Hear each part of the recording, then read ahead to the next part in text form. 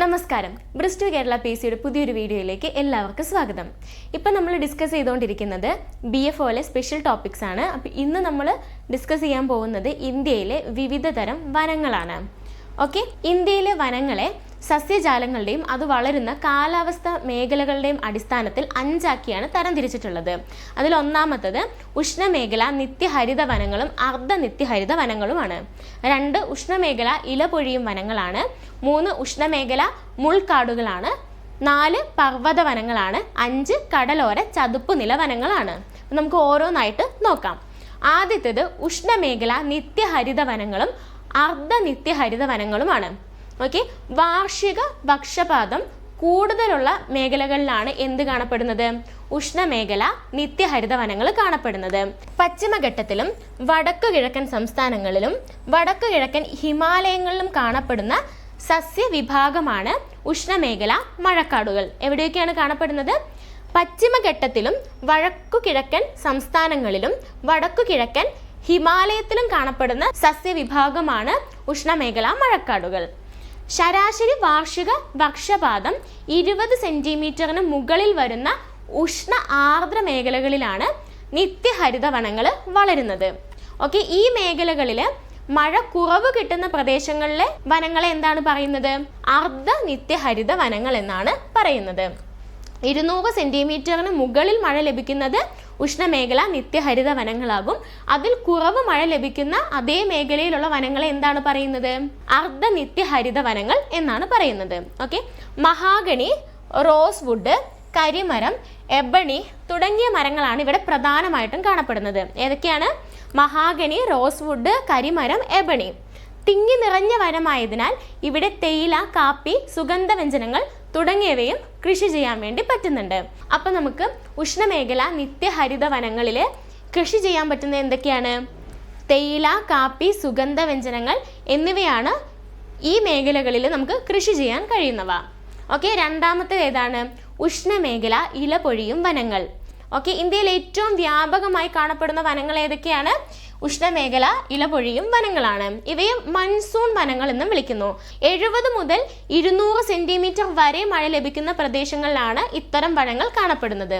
നമ്മൾ ആദ്യം പറഞ്ഞ കാറ്റഗറിയിൽ വരുന്നത് 200 സെന്റിമീറ്ററിന് മുകളിലായിരുന്നു.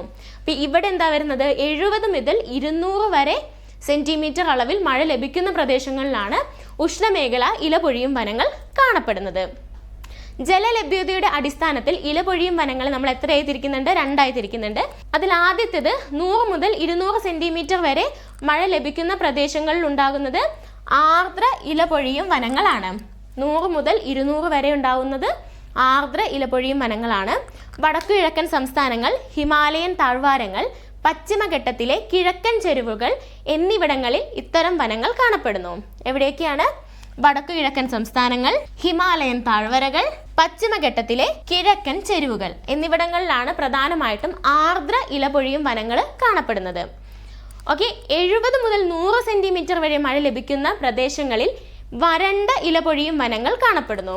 ഉപദ്വീപീയ പീഠഭൂമിയിലെ മഴ ലഭിക്കുന്ന പ്രദേശങ്ങൾ, ഉത്തർപ്രദേശിലെ സമതലങ്ങൾ, ബീഹാർ എന്നിവിടങ്ങളിൽ ഇത്തരം വനങ്ങൾ കാണപ്പെടുന്നുണ്ട്. എവിടെയൊക്കെയാണ്?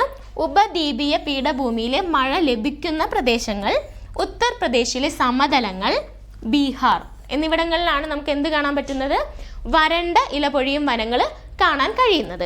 ഓക്കെ, അപ്പോൾ ഇതാണ് നമ്മുടെ ബ്രിസ്റ്റു ലേണിംഗ് ആപ്പ്. നിങ്ങൾ ഇതുവരെ ഡൗൺലോഡ് ചെയ്തിട്ടില്ലെങ്കിൽ ഇന്ന് തന്നെ ഡൗൺലോഡ് ചെയ്ത് ഉപയോഗിച്ച് നോക്കുക. 10th 12th ഡിഗ്രി ലെവലിൻ്റെ കംപ്ലീറ്റ് നോട്ടുകൾ നിങ്ങൾക്ക് ഇതിൽ അവൈലബിൾ ആയിരിക്കും. ഓരോ ചാപ്റ്റേഴ്സിൻ്റെയും മോക്ക് ടെസ്റ്റുകൾ അവൈലബിൾ ആയിരിക്കും. മാത്രമല്ല ബ്രിസ്റ്റു പ്ലസ് എന്ന ഓപ്ഷനിൽ ഇംഗ്ലീഷും മാത്സും മലയാളത്തിൻ്റെ റെക്കോർഡഡ് ക്ലാസ്സുകളും നിങ്ങൾക്ക് അവൈലബിൾ ആണ്. ഇപ്പം നമ്മളൊരു ഓഫറും കൂടി തരുന്നുണ്ട്. നിങ്ങൾ 6 മന്തിലേക്ക് 990 രൂപയ്ക്ക് പ്രീമിയം എടുക്കുകയാണെങ്കിൽ 3 months എക്സ്ട്രാ വാലിഡിറ്റിയും നിങ്ങൾക്ക് അവൈലബിൾ ആയിരിക്കും. മാത്രമല്ല ധനയ ഡിസ്കൗണ്ട് 05 എന്ന് 89 21 33 16 09 നമ്പറിലേക്ക് നിങ്ങൾ വാട്സപ്പ് ചെയ്യുകയാണെങ്കിൽ നിങ്ങൾക്ക് 5% എക്സ്ട്രാ ഓഫർ കൂടി ലഭിക്കുന്നതാണ്. അപ്പോൾ നമുക്ക് മൂന്നാമത്തെ കാറ്റഗറിയിലേക്ക് പോകാം. ഉഷ്ണമേഖല മുൾക്കാടുകൾ.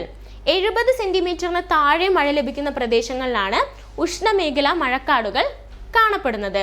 വിവിധ ഇനം പുല്ലുകളും കുറ്റിച്ചെടികളും നിറഞ്ഞതാണ് ഈ വനങ്ങൾ. ഓക്കെ, 70 സെന്റിമീറ്ററിന് താഴെ മാത്രം മഴ ലഭിക്കുന്ന പ്രദേശങ്ങളിലാണ് എന്ത് കാണപ്പെടുന്നത്? ഉഷ്ണമേഖല മുൾക്കാടുകൾ കാണപ്പെടുന്നത്. പുല്ലുകളും കുറ്റിച്ചെടികളുമായിരിക്കും അവിടെ കൂടുതലായിട്ടും കാണാൻ പറ്റുന്നത്. ഉഷ്ണമേഖലാ മുൾക്കാടുകളിൽ സസ്യങ്ങൾക്ക് വർഷത്തിന് ഭൂരിഭാഗവും ഇലകൾ ഉണ്ടായിരിക്കാത്തതിനാൽ ഇവയ്ക്കൊരു കുറ്റിക്കാടിന്റെ പ്രതീതി ഉണ്ടാകാറുണ്ട്. ഓക്കെ, തെക്കു പടിഞ്ഞാറൻ പഞ്ചാബിലെ വരണ്ട പ്രദേശങ്ങൾ ഹരിയാന, രാജസ്ഥാൻ, ഗുജറാത്ത്, മധ്യപ്രദേശ് എന്നിവിടങ്ങളിൽ ഇത്തരം വനങ്ങൾ കാണപ്പെടുന്നു. എവിടെയൊക്കെയാണ്? മധ്യപ്രദേശ്, ഗുജറാത്ത്, രാജസ്ഥാൻ, ഹരിയാന, തെക്കു പടിഞ്ഞാറൻ പഞ്ചാബിലെ അർദ്ധ വരണ്ട പ്രദേശങ്ങൾ. കാരണം ഇവിടെ മഴ ഏറ്റവും കുറവ് ലഭിക്കുന്ന സ്ഥലങ്ങളിൽ ഒന്നാണ്. ഓക്കെ, 4ാമത്തെ കാറ്റഗറിയാണ് ഇത് പർവ്വത വനങ്ങൾ. ഉയരം കൂടിയ പ്രദേശങ്ങളിൽ കാണപ്പെടുന്ന സ്തൂപികാഗ്രമുള്ള വൃക്ഷങ്ങളും അതേപോലെ പർവ്വതങ്ങളിൽ കാണപ്പെടുന്ന പായൽ വർഗത്തിൽപ്പെട്ട സസ്യങ്ങളും ഉൾപ്പെടുന്നതാണ് ഇത് പർവ്വത വനങ്ങൾ എന്ന് പറയുന്നത്. അപ്പൊ ഇതിനെ നമ്മൾ രണ്ടായിട്ട് തിരിക്കുന്നുണ്ട്. ഒന്ന് വടക്കൻ പർവ്വത വനങ്ങൾ എന്നും 2 തെക്കൻ പർവ്വത വനങ്ങൾ എന്നും. വടക്കൻ പർവ്വത നിരകളിൽ പ്രധാനമായിട്ടും ഉൾപ്പെടുന്നത് ഹിമാലയഗ്ന വനങ്ങളാണ്. തെക്കൻ പർവ്വത നിരകളിൽ ഉൾപ്പെടുന്ന ഏതൊക്കെയാണ്? ഉപദ്വീപീയ ഇന്ത്യയിലെ 3 വ്യത്യസ്ത പ്രദേശങ്ങളിലെ വനങ്ങൾ ഉൾപ്പെടുന്നു.